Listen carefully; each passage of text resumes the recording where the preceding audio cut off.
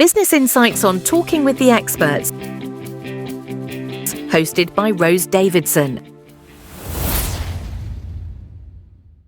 Alexis Sikorsky shares with us insights on the invisible wall founders hit between $5 million and $20 million in revenue and why most never make the leap. He talks us through the common traps, delegation, hesitation, cultural drift, operational sprawl, and how he helps entrepreneurs restructure for scale. Alexis is a strategic advisor to founders who are serious about scaling fast and exiting strong. With a 9-figure private equity exit under his belt, Alexis isn't speaking from theory. He's lived the entrepreneurial highs and lows across decades of company building, boardroom negotiation, and international leadership. His flagship book, Cashing Out, lays out the APEX methodology, a 4-part framework, which is assess, plan, execute, and exit, that demystifies the journey to private equity for founders feeling stuck or overwhelmed by growth and decision fatigue. Alexis, thank you so much for joining me on Talking with the Experts. It is such a pleasure to meet you. Thank you, Rose, for having me. Well, how did you get to, exit your business with such a great outcome? Oh, God. Mainly luck at the time. And started the company in 2000. Build a, semi-decent 10, 12 million revenue business, 3 million EBITDA. By 2007, the business is banking software, so software for private banks. So 2007, like I'm the king of the world. I think I'm super successful. I hire left and right. And 2008, the global financial crisis. 100% of my customers are banks. On one phone call, I lost 75% of my revenue. So 5, 6 years of very, very hard grind after that, like literally cutting 3/4 of the company and mortgaging my house every month, asking myself, is it worth it to continue? So that brings us to 2014, 2015. And at that point, I'm absolutely exhausted. And I get the phone call from the private equity. That, like, your listener will know, when you have a company, whether it's good or whether it's shite, you get a weekly phone call from private equity, say, oh, I want to buy your company. What you're doing is fantastic. And usually you obviously don't answer. And this one, for some reason, because they were French, because they were from software, so, okay, let's talk to them. So they came to Geneva, and I've been super honest with them. I said, listen, at that point, I'd say with some creative accounting, you could say the company was break even. It was on the way to be break even, and obviously back to around 10, 12 million revenue, break even, no cash, And I've been super honest with them and say, listen, I'm going to make you a deal. I want to sell. I'm exhausted. I'm ready to sell, but not now, because now my company is worth zero. So I make you a promise. You call me back in 2 years. In 2 years, I'll be back to 3 million, 3.5 million EBITDA.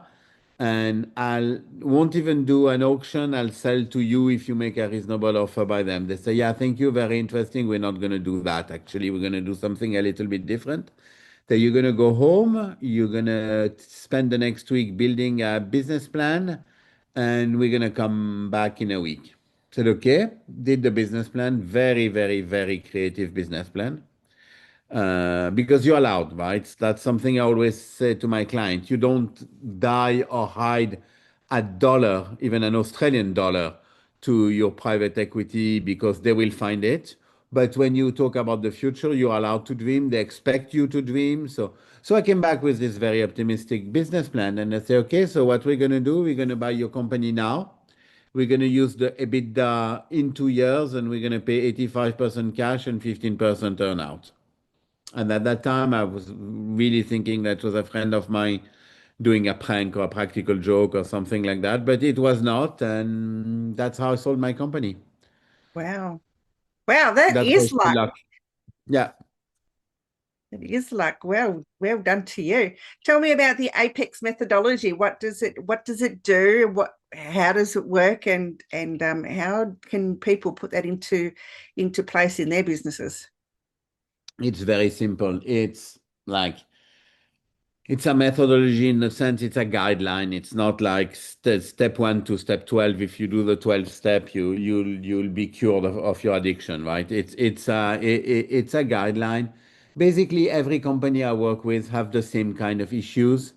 The When you reach the like 6, 7, 8, 10 million mark, you start to have serious growing pains.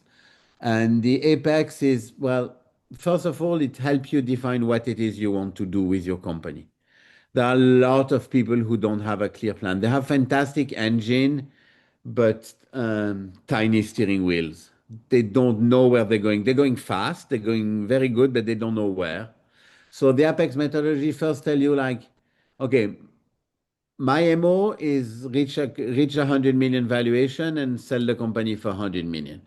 Is that what you want? Lots of companies have lifestyle business, like they're making 1 million per year in your company. The car is in the company, the holidays, etc. It's perfect, but it's not what I do. I bring no value in that, and the Apex will bring no value in that. So first you define what you want. Then the assessment is what is your company. Um, you'll be super surprised how little people know about their company. First of Mm. all, they don't know their numbers. Like I still work with founders of 10 million companies who get their numbers once a year. And that's like, you might as well have no number. It's like, Absolutely. yeah, oh yeah, yeah. Once a year, they go to the accountant and they get their numbers. And it's like flying a plane and the GPS telling you, oh, by the way, you overshot your airport by 200 miles. It's too late. Um, they don't know their customers. They literally don't know what their customer wants, what their customer feel. They don't talk to them. They don't know their unique selling proposal. They don't know their markets. They don't know anything. And it's not their fault. I'm not blaming them. They've been grinding. What I say a lot is like you have to get to a point where you don't confuse what's urgent with what's important, and that's part of the work on the founder. Um, But don't so they often leave that work up to, the people, that their managers, their marketing people, their teams around them, and that they're happy just to rake in the dollars and just let everyone else do all the work. it's not about racking the dollars and having other people do the work. It's about identifying the task you as a founder are uniquely qualified to do. And the bigger the company, the smaller this number is. Like if you are the founders of a multi-million dollar company, basically your only task is talking to investors. And before that, in the 8, 10 million, your task should be, depending on the company, but basically you should be dealing with clients and with investors if you have investors, and with strategy, right? What is it you want to do? Every minute you spend doing something else than that is not a minute well spent. And that we see a lot of that. It's not about not working, it's about being efficient in your work. So when you're done with the assessment, you get to a goal. And when the assessment, I always ask, what is your number? So, like, let's assume you have a growth business and you want to sell your company, because if you don't have that, then you don't call me. I'm useless if that's not your goal. What is your number? How much do you need to be able to live for the rest of your life without working another day? We get to that number and we assess if that number is achievable within 4 years. If it's not, I don't take the client. I stop at that point because I don't believe in plans that are more than 4 years. Like, life has a sense of humor. So if your plan is a 10-year plan, I'm not interested. So we make the plan. So that's the next step is we plan. How do we get to there? And how do we get to you our growth? Is it organic growth? Is it M&A, etc.? So we have all this phase of planification. Then the execution phase, I basically get out of your hair and let you execute your plan 1, 2, 3 years. Usually the clients want me to be in their exco or in their board meetings, so I get in touch with the company once a month. Obviously, you plan and you pivot a lot, so you have to fine tune the plan and sometimes do big change when the market changes and stuff like that. And the last phase is exiting the company. So exiting the company with a private equity, it's a technical process that requires knowledge, and if you don't have this knowledge, you're going to leave money on the table. Mm. I say it's one of my motto. If I started a company now, no, if I started New Access now, knowing what I know instead of 2000, I would be 50 million richer and I would have sold 5 years earlier. Yeah.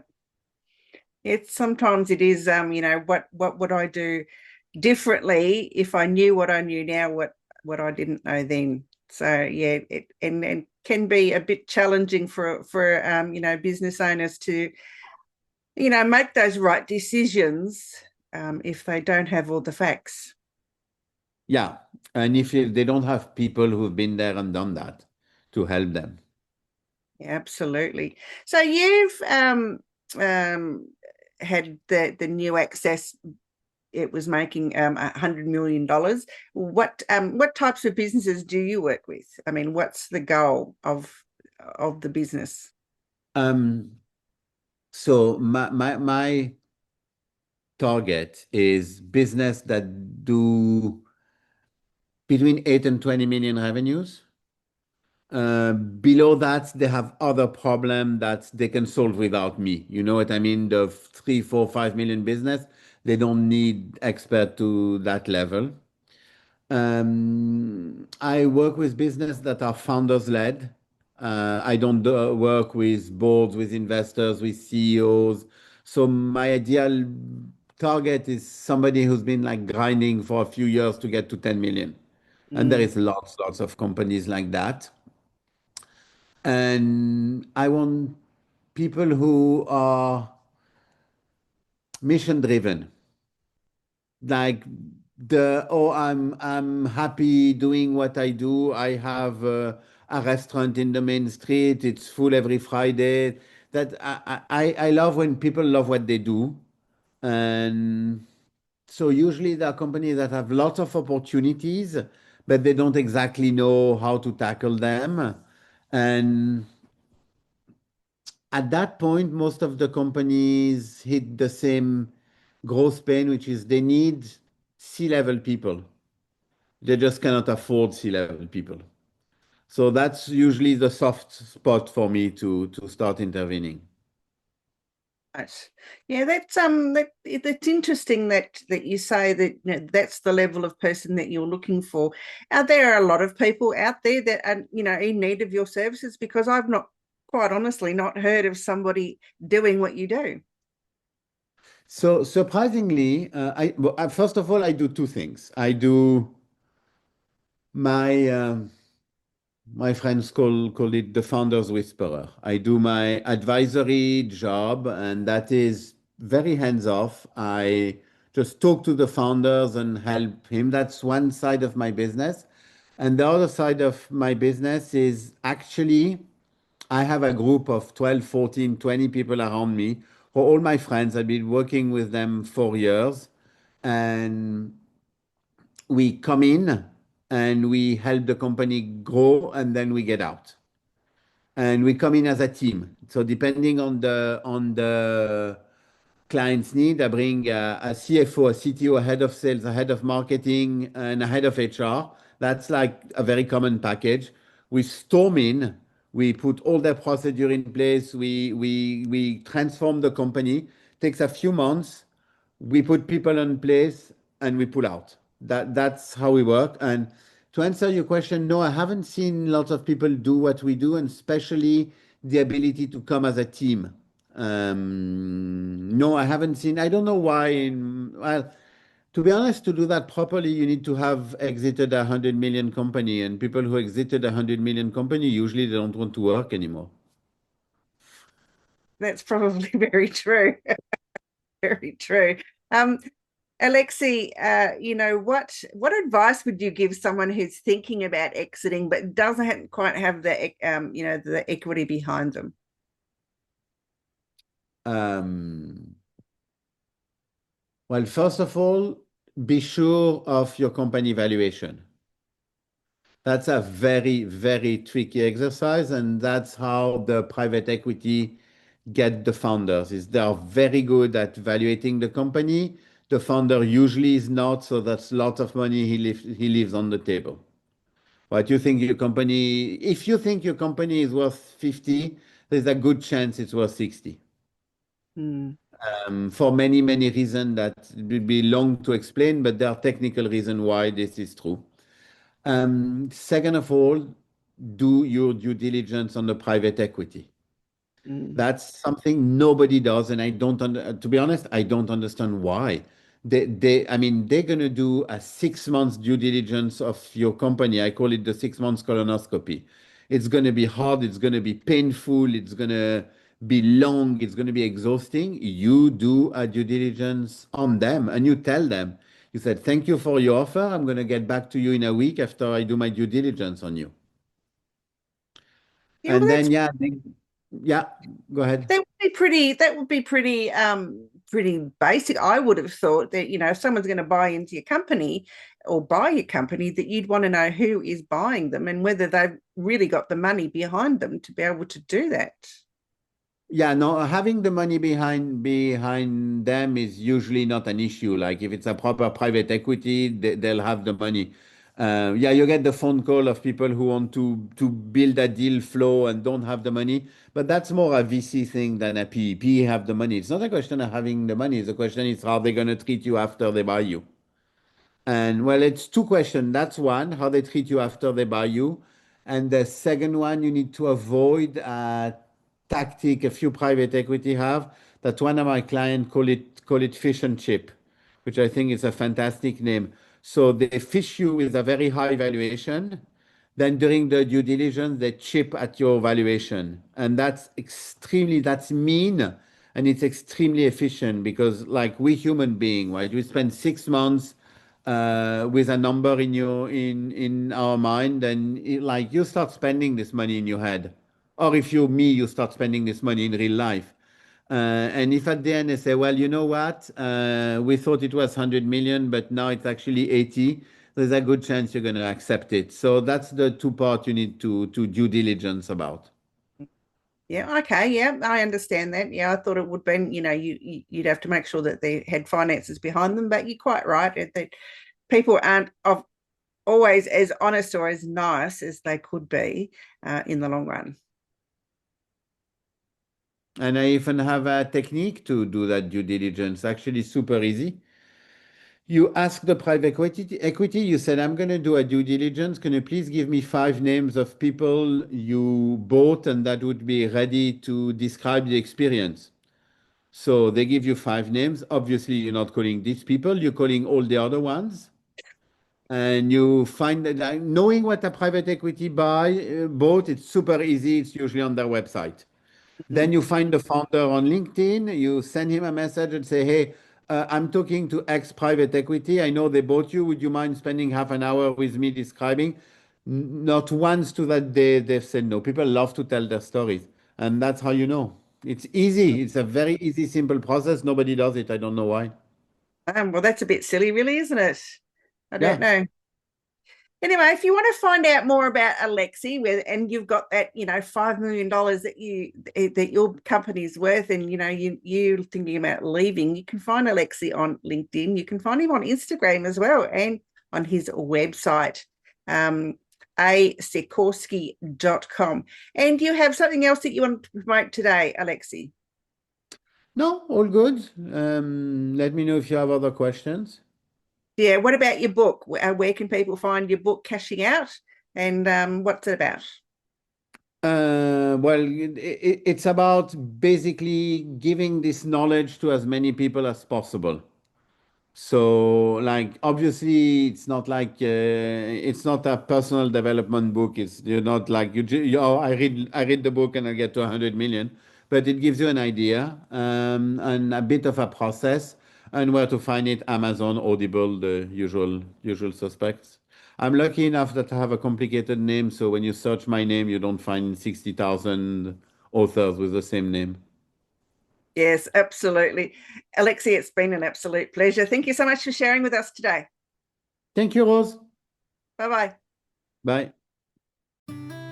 You've been listening to Talking with the Experts with Rose Davidson, the podcast that brings you real stories, bold insights, and strategies that work.